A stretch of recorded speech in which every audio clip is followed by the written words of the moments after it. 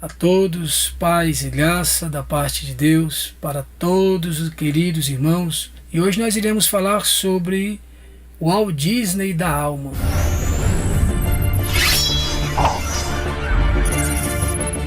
Iremos hoje destacar esse tema, esse tópico que me chamou muito a atenção e me deu a inspiração vinda dos céus para que eu venha compartilhar com você, meu querido amigo, amiga, inscrito no nosso canal, no projeto Universo Gospel. Eu quero abordar um assunto que toda a espiritualidade, ela inicia-se com a curiosidade. Então, a curiosidade, ela aguça, ela nos faz, ela desperta a espiritualidade. E muitos, nesse despertar e nesse buscar a espiritualidade, indo enveredando pelo caminho da curiosidade, procuram entender até onde vai o limite e a fome e a sede da alma humana por Deus, porque existe dentro do coração de cada um de nós algo que vai além da fome, além da sede, além do abismo existencial e emocional que nós temos em si. E essa curiosidade, ela torna-se traiçoeira. A curiosidade, ela chega a trair a espiritualidade. E a traição da espiritualidade, cuja é a curiosidade, me leva a buscar fontes, me leva a buscar poços e cisternas, em busca de uma espiritualidade sem Deus. E aí nós entendemos, queridos, que quando o homem caminha com as suas próprias pernas, nessa viagem quântica, nessa viagem metafísica, em busca de uma espiritualidade, em busca de uma paz espiritual, em busca de um saciar espiritual, ele está como que levando a sua alma, a sua vida como um videogame da alma, um videogame da espiritualidade. E caminhando e enveredando por esses caminhos, ele vai indo em busca de curiosidades pela sede de Deus, em busca de uma curiosidade pelo desejo de aproximar-se de Deus. E aí nessa viagem, ele vai fazendo aquelas turnês de espiritualidade. E nessas turnês de espiritualidade, ele vai para o Walt Disney dos sonhos, o Walt Disney das fantasias, o Walt Disney de busca de um ser, busca de saciar-se a sua sede, saciar-se em busca do Deus Todo-Poderoso. E nesse Walt Disney que o mundo nos oferece, nessas ilusões que o mundo nos encanta, me convidando a ser espiritual sem o DNA da cruz, me convidando a ser espiritual sem o DNA do Calvário, eu vou indo às cavernas monstruosas. Encontrar as cavernas, ou me encontrar como nos parques de diversões, as casas de horrores da alma. E quais são as casas de horrores da alma? Aí envereda-se pela espiritualidade macediana, envereda-se pela espiritualidade valdomiriana, pela espiritualidade deus-amoriana, e em busca de um ser, em busca de uma aproximação, em busca de uma santificação, em busca de aproximar-se de Deus. Quanto mais a minha curiosidade me aproxima de Deus, mais irado eu me torno, porque eu estou querendo construir uma espiritualidade curiosa. E dentro da curiosidade nasce o quê? Nasce a espiritualidade da curiosidade. E quando nós vestimos, o homem, a mulher veste esse jaleco da espiritualidade, da curiosidade, eleva-se o quê? A um necrotério, a um perigo, a uma calamidade, leva-se a uma morte espiritual, uma autópsia de um necrotério cuja morte espiritual foi o envenenamento da alma, o envenenamento espiritual do homem sem Deus. Jesus nos fala em João capítulo 14, versículo 6, eu sou o caminho, eu sou a verdade, eu sou a vida. E a espiritualidade do Evangelho não é uma viagem quântica. A espiritualidade do Evangelho não é um misticismo pentecostal. A espiritualidade do Evangelho não é me fazer quântico. Quanto mais eu sou espiritual, mais eu me torno espiritual, e a minha espiritualidade torna-se uma máquina, uma usina, uma indústria de espírito e super espiritualidade. Não. A espiritualidade do Evangelho é o quê? É saber que sou humano, sou limitado, dentro das minhas limitações humanas, dentro das minhas falhas humanas, dentro das minhas decadências humanas, eu não me torno culpado por minha própria espiritualidade. Não uma espiritualidade condenável, não uma espiritualidade que vai exigir, cobrar de mim uma santidade que jamais terei, uma santidade que jamais alcançarei. E quantos buscam uma espiritualidade vazia, uma espiritualidade nua, uma espiritualidade sem espírito, uma espiritualidade sem alma, são os altares de Caim. E eu estou levando a você, meu querido, a entender que a minha vida, a sua vida com Deus, a espiritualidade do Evangelho é o altar de Abel.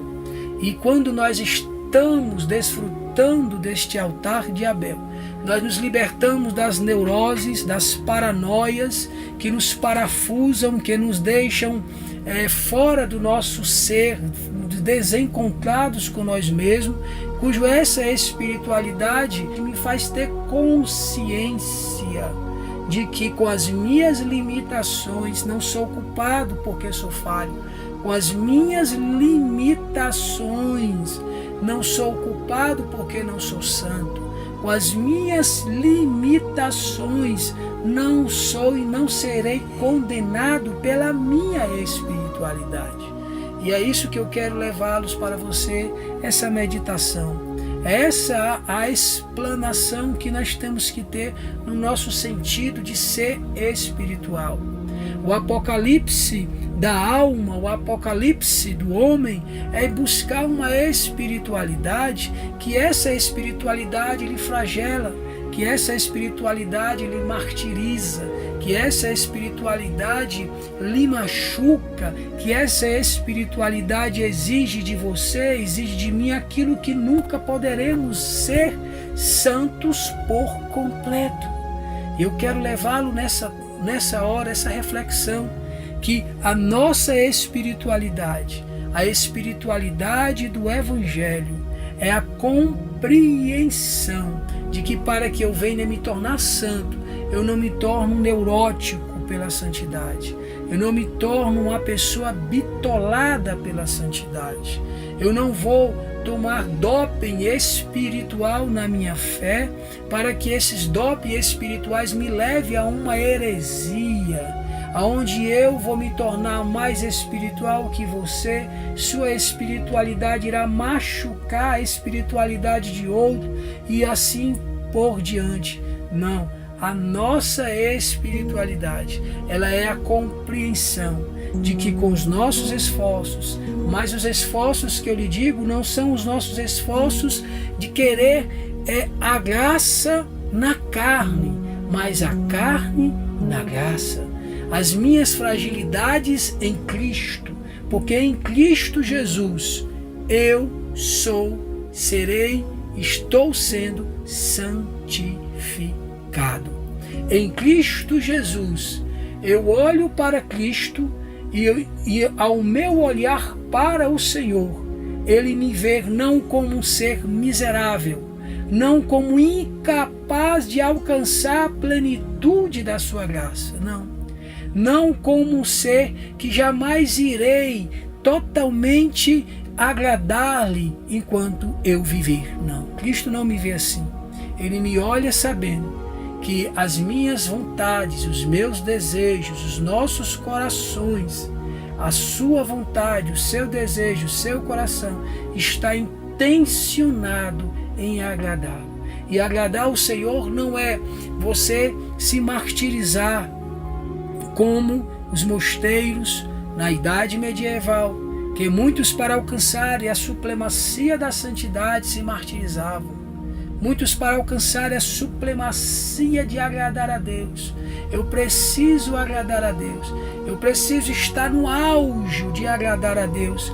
Até eles cometiam atos com seus próprios corpos, sacrificando seus próprios corpos, não, mutilando os seus próprios corpos para agradar a Deus. Era essa a santidade da Idade Média. E não era assim, não é assim. A nossa santificação, meus queridos, ela é uma santificação que reconhecemos que temos um tesouro dentro de um vaso de barro.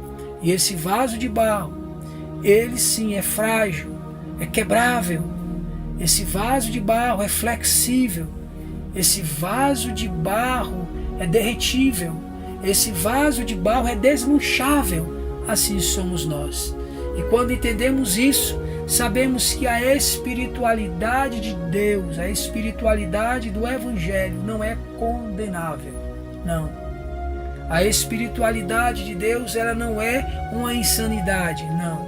A espiritualidade de Deus, ela me faz entender que posso ser, sim, um ser espiritual. Posso ser, sim, um ser de agradar ao Senhor, de adorar ao Senhor com as minhas fragilidades, os meus erros, os meus deslizes. A religião não. Ela tenta tirar, ela tenta me fazer, ela tenta me transformar em um produto religioso, em um evangelho que, ao invés de ser evangelho, está sendo desevangelho. E a gente vivencia hoje muitos que seguem não o evangelho, mas o desevangelho. O desevangelho da santidade, o desevangelho da espiritualidade, o desevangelho de uma vida em comunhão com Deus.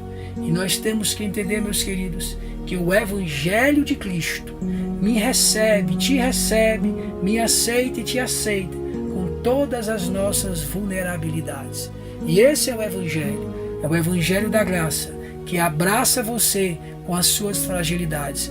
O evangelho da graça, que se aperfeiçoa na sua fraqueza. O evangelho da graça, que não te condena, que não te aponta, que não te sentencia à fraqueza, ao delito e ao fracasso espiritual, de forma nenhuma. O evangelho da graça te tira dos braços do pecado e te coloca no colo de Deus. O evangelho da graça renova a tua mente que está envelhecida pelo desevangelho, que até agora você tornou-se incapaz de agradar ao Senhor com as suas fraquezas. Esse é o desevangelho. E hoje, dentro das igrejas evangélicas, uma estatística que há entre 30 e 40 milhões de pessoas que estão dentro das igrejas, entijolado nas suas congregações, mas que não conhecem a espiritualidade do Evangelho. Vivem culpados com seus delitos, vivem culpados com as suas fragilidades, porque não desplantaram as raízes da alma, que muitas vezes sementes amargas, sementes da velha natureza estão plantados no ser. E o evangelho da graça desplanta. E eu quero convidar você nessa mensagem: desplante as raízes da velha natureza que te condena. Desplante as raízes da velha natureza que te aponta. Desplante as raízes da velha natureza que te deixa com neurose, com paranoia, escravo de si mesmo, refém da sua própria espiritualidade. Não endeuse a sua espiritualidade.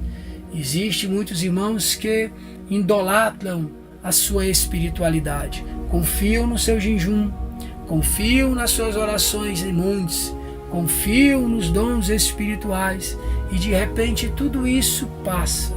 Tudo isso tornou-se poeira, tornou-se palha. E o que prevalece? A fé, a esperança e o amor. Essa é a bandeira do Evangelho da Graça. Em poucas palavras, eu te desejo que Deus te abençoe e que os corações venham serem quebrantados e que essa palavra possa ir além do véu das suas compreensões, além do véu da sua alma. Que Deus o abençoe. Pastor Bonfim Saraiva, em nome de Jesus. Amém.